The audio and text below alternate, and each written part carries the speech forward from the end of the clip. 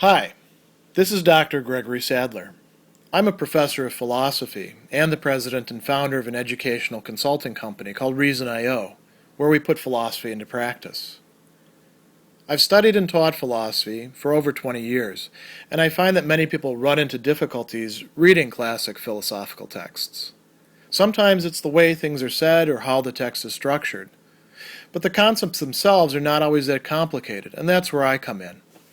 To help students and lifelong learners, I've been producing longer lecture videos and posting them to YouTube.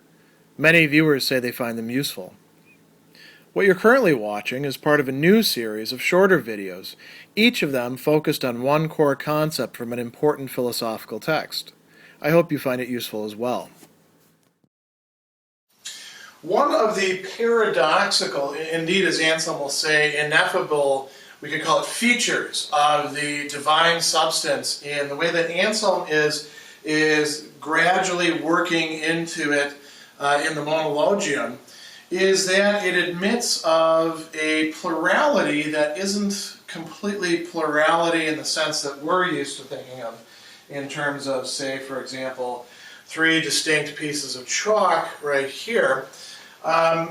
There is a distinguishability that goes on, and yet there's also a supreme unity.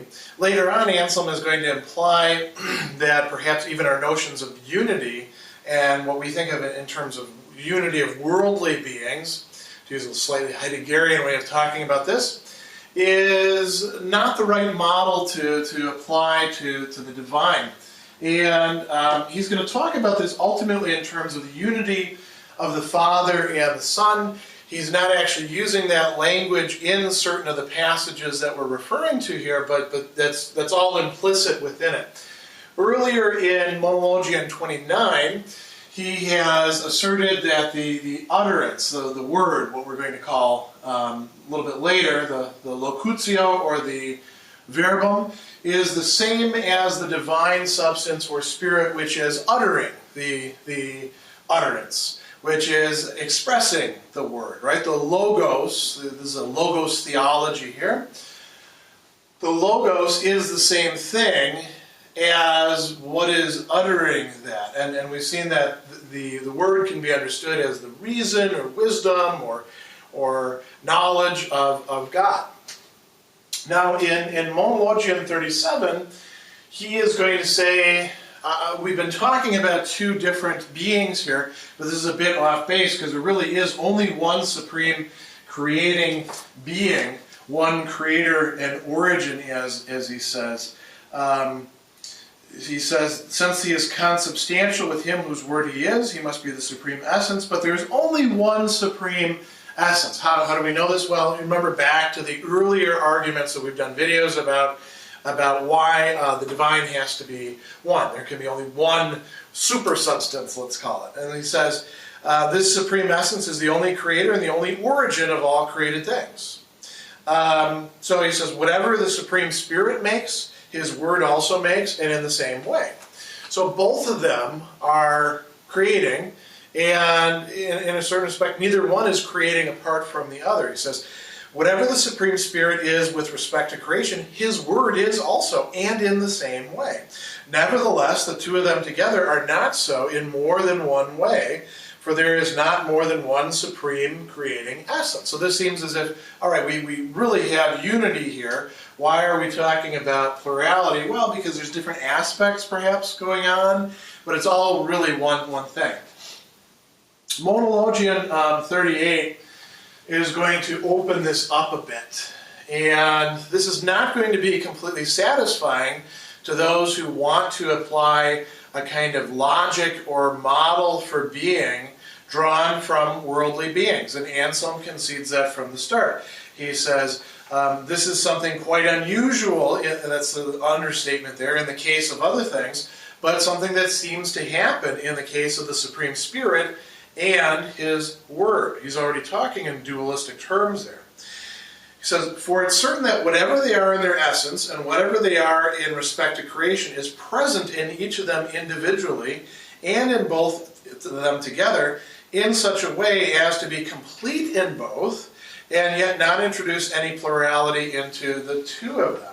So if we consider the creator, the supreme essence, the divine substance or spirit, and we consider the word by which he, it, whatever we want to call it, creates, which means, the knowledge of things before they actually exist in themselves, as we've seen, then we've got each of them being individually the totality of the divine. Now this seems to raise some problems, right? Because now it seems like we've got two different divines there, and each one is somehow the entirety of whatever it is to be divine.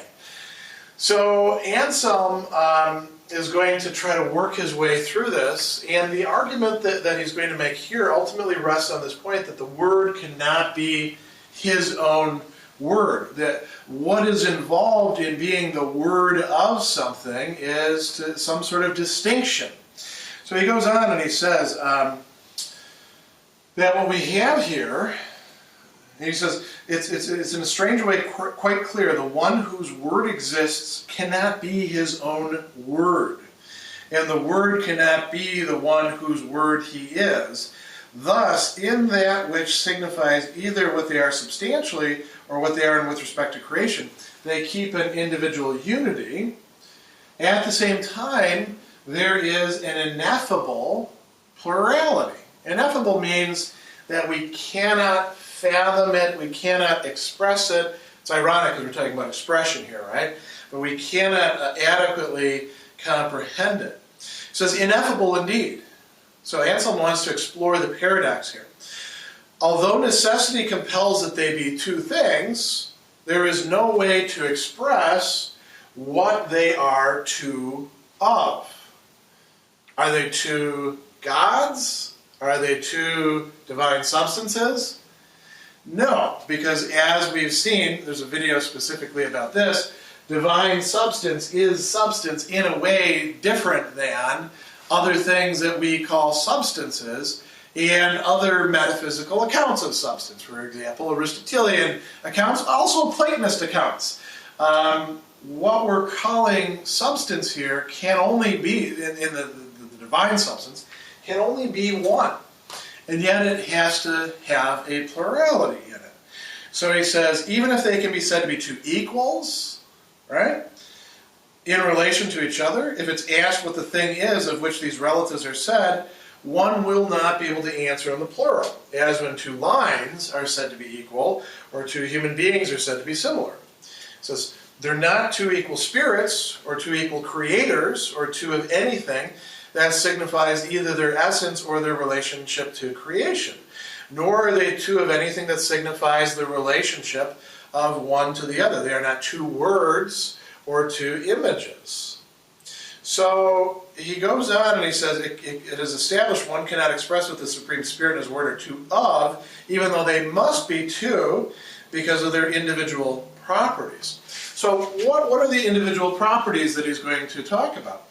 A bit later, he's going to introduce this discussion that ties in with Christian theology of fatherhood and sonship, of begetting and begotten, of not creating, but rather generation. And he's not saying that this is exactly the same thing as we understand by fathers and sons. He says this is we're using human language to try to express what is actually happening here. There's a very interesting discussion about why paternal language rather than maternal language is more appropriate, which we can consider at another time. Anselm actually, by the way, is very open to using maternal language, but that's a bit of a side note. And so in 43, he says we should consider what is common and what is distinct to both of these. He talks about a marvelous plurality as ineffable as it is inevitable in the supreme unity. So this is very paradoxical. And we can express the paradox quite well in these two statements early on in chapter 43. He says, here we go, it is impossible for him who begets, the Father, to be the same as he who is begotten, the Son, and for the parents to be the same, the parent to be the same as the offspring. Right? In order for there to be begetting and being begotten, there has to be a distinction, because otherwise you don't have that going on. There's a relation happening there, and so there has to be a plurality. He goes on, though, and he says, nevertheless, it's necessary that he who begets be the same as he who is begotten, and that the parent be the same as the offspring. So much so that it is impossible for the begetter to be other than what the begotten is, and for the father to be other than what the son is. So what we've got here are not only two seemingly contradictory propositions, but both of them seem to be necessarily the case given the previous argumentation. So now this is not just a contradiction, this is like a super contradiction, and for Anselm it is a paradox that he's going to try to tease out. There's a couple possibilities at this point. You could say, well, a paradox, contradiction, throw it all out, all this is nonsense.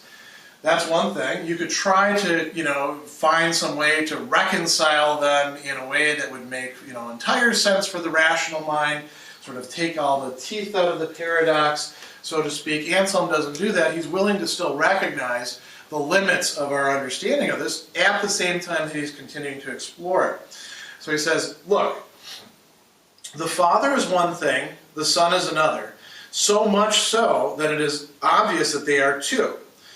Yet, that which they both are is so much one and the same thing that it's completely obscure what they are two of. You see him returning to this point. Well, what are they two things of, or two examples of? There isn't anything like that we can say. So he says, I see that I have spoken of two things, and yet that which is both Father and Son is so much one and the same thing, I do not understand what two things that I have spoken of. Although the Father individually is completely the Supreme Spirit, and the Son individually is the Supreme Spirit, we see this point made again, right? Nevertheless, the Father's Spirit and Son's Spirit are so much one and the same that the Father and the Son are not two spirits, but one Spirit. So he says, just as the individual distinguishing characteristics of each do not admit of plurality, so what is common to both keeps its individual unity, even though it belongs wholly to both. He says, there are not two fathers or two sons, but one Father and one Son. Their individual distinguishing characteristics belong to them individually. So he says, in virtue of their relations, they are opposed in such a way that neither takes on the distinguishing characteristic of the other. That means the Father is the Father of the Son and is not a son of the Son, right? The Son is the Son, or the Word, or the expression of the Father, and is not a father of something else in turn, or a father of the Father. They retain these, as he calls them, individual distinguishing characteristics in their relations with each other. So he says, in virtue of their nature, however, they are harmonious in such a way that each always has the essence of the other. Anselm is willing to allow the paradox to remain in place, to explore its intelligibility to the extent that he thinks is possible, and then to continue on from that basis. And that is what he is doing. So we do have a unity of the Father and the Son. I should have also put unity and distinction of the Father and the Son, because they both go along at the same time. They are both the divine substance. They are not radically different from each other in that respect. They are not two separate gods or divine substances, but they are distinguishable, and this does play a very important role in Anselm's philosophical theology here in the Monologion.